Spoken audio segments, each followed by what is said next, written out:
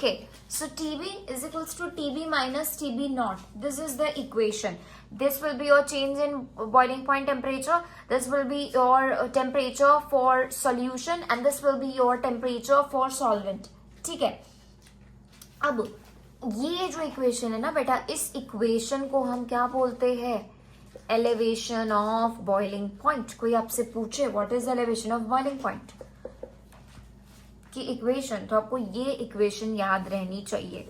अब जब आप डिप्रेशन इन फ्रीजिंग पॉइंट पढ़ोगे दोनों सेम है, बट वहां पे पता है फर्क क्या आ जाएगा? ये TF नॉट आगे आ जाएगा और माइनस TF हो जाएगा. तो ये आपको थोड़ा अपने हिसाब से याद रखना पड़ेगा. मैं जब छोटी थी तो मैं ऐसे याद रखती थी. When I was used to study this graphs, मैं इसको ऐसे याद रखती थी दैट ग्राफ जो है, ग्राफ ऐसा था, ठीक है, ऐसा था और यहाँ पे सॉल्वेंट का था, यहाँ पे सोल्यूशन का था. तो this will be your TB not and this will be your TB. तो मैं ऐसे याद रखती थी. पहले वाली इक्वेशन ऐसे जाएगी एंड जब हम सेकंड वाला पढ़ेंगे, जो सेकंड वाले का ग्राफ है, उसमें जब तुम वो वाला ग्राफ बनाओगे ना फ्रीजिंग पॉइंट वाला, तो वो कुछ ऐसा ग्राफ बनेगा एंड उसमें हमेशा TF पहले होता है फिर TF नॉट होता है. मतलब हमेशा इक्वेशन ऐसे ही फ्लो करेगी. तो मैं तो ऐसे याद रखती थी कि भाई ठीक है, तो इसमें इक्वेशन उल्टी हो जाती है, तो TF नॉट पहले आ जाता है और TF बाद में आता है. इसमें TB पहले आ जाता है. मतलब आप अपने हिसाब से जैसे भी याद रख सकते हो, आप याद कर लेना, बट आपको ये इक्वेशन याद रखनी ही पड़ेगी because it is very very important. Okay, अब मैं आप लोगों को ये इक्वेशन याद रह गई तो अब इसका डेरिवेशन समझाती हूँ. बोलते हैं delta TB is directly proportional to M. What is M? Molar concentration. M here is your molar concentration. And delta TB is equals to KBM. ठीक है, ये प्रोपोर्शनलिटी रिमूव करेंगे तो एक कांस्टेंट आएगा which is your KB. And इस constant का नाम क्या है? तो इस कांस्टेंट के 3 नाम है. ओके, 3 नाम है इस कांस्टेंट के. That is boiling point elevation constant, boiling point elevation constant, दूसरा नाम है मोलार एलिवेशन कांस्टेंट एंड जो थर्ड नेम है that is your यूबिलियोस्कोपिक constant.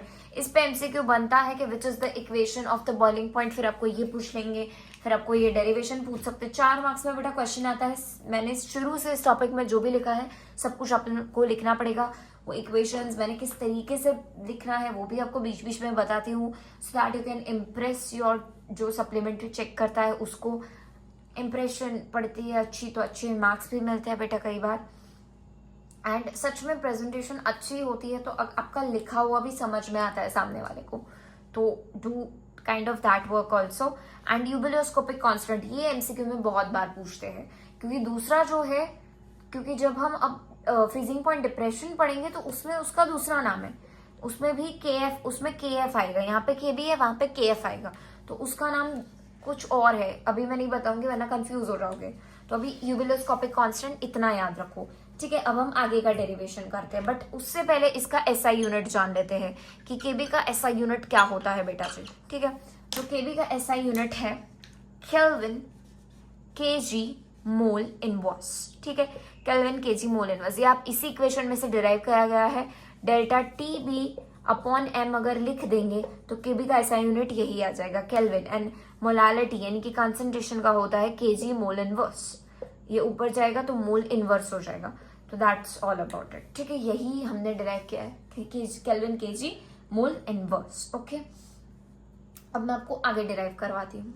Okay, तो हमने इतना तो स्टडी किया था. ठीक है, अब मैं आपको M के बारे में बताती हूँ. M क्या है? कॉन्सेंट्रेशन.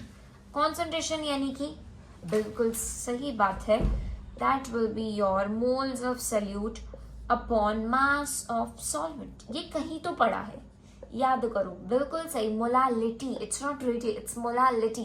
लास्ट वाला कॉन्सेंट्रेशन टर्म जो कि हम kgs में लिखते थे, याद आया? ये वही वाला M है.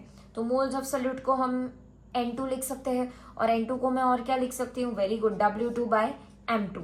ठीक है, given mass of 2 upon molar mass of 2 and mass of solvent in kg which is W1. Solvent की बात हो रही है तो 1 लिखेंगे जो कि गिवन होगा, और क्योंकि kgs में होना चाहिए तो मल्टीप्लाई बाय 1000. एंड इसी टर्म को मैं यहाँ पे सब्सटीट्यूट कर रही हूँ M की जगह, which is KB into W2 into 1000 upon M2 into W1. और ये delta TB.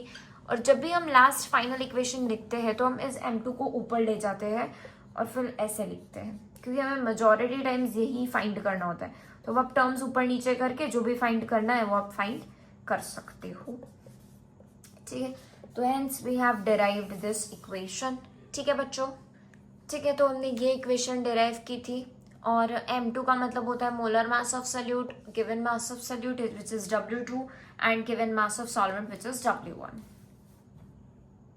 Okay students, so thank you so much for joining my today's video. अगर आपको मेरे वीडियोस अच्छे लग रहे हैं, मेरा कंटेंट पसंद आ रहा है, कुछ लोग मुझे रियली कमेंट करते हैं, मुझे बहुत अच्छा लगता है। अगर आपको पसंद आए तो please do like, share and subscribe.